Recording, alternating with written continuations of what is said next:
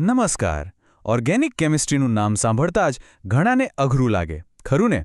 પણ જો એમ કહેવામાં આવે કે મોટાભાગની પ્રતિક્રિયાઓ ફક્ત 3 જ મૂળભૂત ચાલ પર ચાલે છે તો? ચાલો, આજે આ 3 ચાલને સમજીએ અને આ વિષયને એકદમ સહેલો બનાવી દઈએ. તો સવાલ એ છે કે આખરે એ કઈ 3 ચાલ છે જે ઓર્ગેનિક કેમિસ્ટ્રીનો આખો પાયો છે? એકવાર આ સમજાઈ ગયું ને, તો પછી કોઈ પણ પ્રતિક્રિયા જોઈને તરત જ ખબર પડી જશે કે અહીંયા શું થઈ રહ્યું છે, ભલે પછી એની બધી નાની વિગતો ખબર ન હોય. તો આ રહી એ 3 મુખ્ય પ્રતિક્રિયાઓ: યોગશીલ, વિલોપન અને વિસ્થાપન. સમજી લો કે આ ઓર્ગેનિક કેમિસ્ટ્રીના ABC છે. ગમે તેવી જટિલ પ્રતિક્રિયા હોય એ આ 3માંથી જ કોઈ એક હોય છે અથવા તો આનું જ મિશ્રણ હોય છે. ચાલો એક પછી એક બધાને સમજીએ. તો સૌથી પહેલી છે યોગશીલ પ્રતિક્રિયા. આને આપણે કહી શકીએ અણુઓનું ટીમ અપ, એટલે કે 2 અલગ અણુઓ ભેગા મળીને એક થઈ જાય છે, એક ટીમ બની જાય છે. પણ આ થાય કેવી રીતે? બસ એક જ શરત છે. જે અણુથી શરૂઆત થાય છે એમાં પાઈ બોન્ડ હોવો જ જોઈએ. પાઈ બોન્ડ એટલે કે ડબલ બોન્ડ અથવા ટ્રિપલ બોન્ડ. આ પાઈ બોન્ડ છે ને, એ જાણે કે એક નબળી કડી છે જે તૂટવા માટે તૈયાર જ બેઠી હોય છે.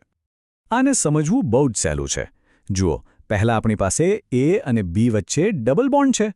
પછી શું થાય? પેલો પાઈ બોન્ડ જે નબળો છે એ તૂટી જાય છે. જેવો એ તૂટે એટલે A અને B પાસે નવી જગ્યા બની જાય છે.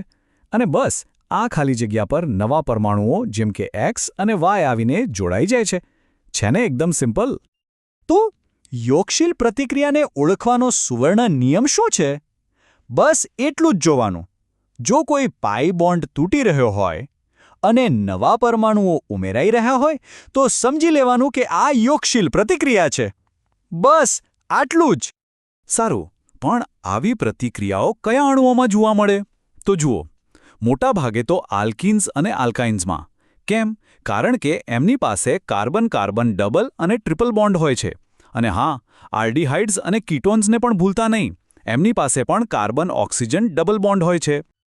ચાલો હવે બીજી પ્રતિક્રિયા પર જઈએ, વિલોપન પ્રતિક્રિયા. જો યોગશીલ ટીમ અપ હતું તો આ એનાથી બિલકુલ ઊંધું છે. આ છે અણુઓનું બ્રેકઅપ. અહીંયા જુઓ એટલે આખી વાત સમજાઈ જશે. યોગશીલમાં પાઈ બોન્ડ તૂટતો તો અહીંયા નવો પાઈ બોન્ડ બને છે. ત્યાં પરમાણુઓ ઉમેરાતા હતા, અહીંયા પરમાણુઓ દૂર થઈ જાય છે, એકદમ એકબીજાના ઉલટા. તો વિલોપનમાં શું થાય છે? શરૂઆતમાં આપણી પાસે એવો અણુ હોય છે જેમાં બધા સિંગલ બોન્ડ્સ હોય. પછી એમાંથી અમુક પરમાણુઓ કે ગ્રુપ્સને બહાર કાઢી નાખવામાં આવે છે, એટલે કે એલિમિનેટ કરી દેવાય છે. અને જેવો એમને દૂર કરાય એમની ખાલી જગ્યા ભરવા માટે એક નવો પાઈ બોન્ડ બની જાય છે. તો આનો પણ એક ગોલ્ડન રૂલ છે. જો કોઈ પ્રતિક્રિયાના અંતે નવો પાઈ બોન્ડ બનતો દેખાય જે પહેલાં નહોતો, તો આંખ બંધ કરીને કહી દેવાનું કે આ વિલોપન છે. અને હવે આવી આપણી ત્રીજી અને છેલ્લી પ્રતિક્રિયા, વિસ્થાપન. આનું બીજું નામ છે અદલાબદલી અથવા સ્વેપ. બહુ જ સિમ્પલ છે. એક વસ્તુ જાય અને એની જગ્યાએ બીજી વસ્તુ આવી જાય. અહીંયા મુખ્ય શબ્દ છે બદલવું, એટલે કે રિપ્લેસ કરવું. અહીંયા યોગશીલની જેમ કંઈ નવું ઉમેરાતું પણ નથી કે વિલોપનની જેમ કંઈ ખાલી દૂર પણ થતું નથી.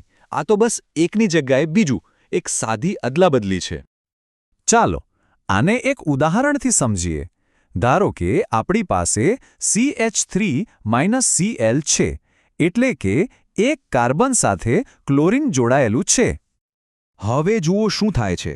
પેલો ક્લોરીન જે લિવિંગ ગ્રુપ છે એ ત્યાંથી નીકળી જાય છે અને એની જગ્યા ખાલી પડે કે તરત જ એક નવું ગ્રુપ જેમ કે OH આવીને ત્યાં ગોઠવાઈ જાય છે.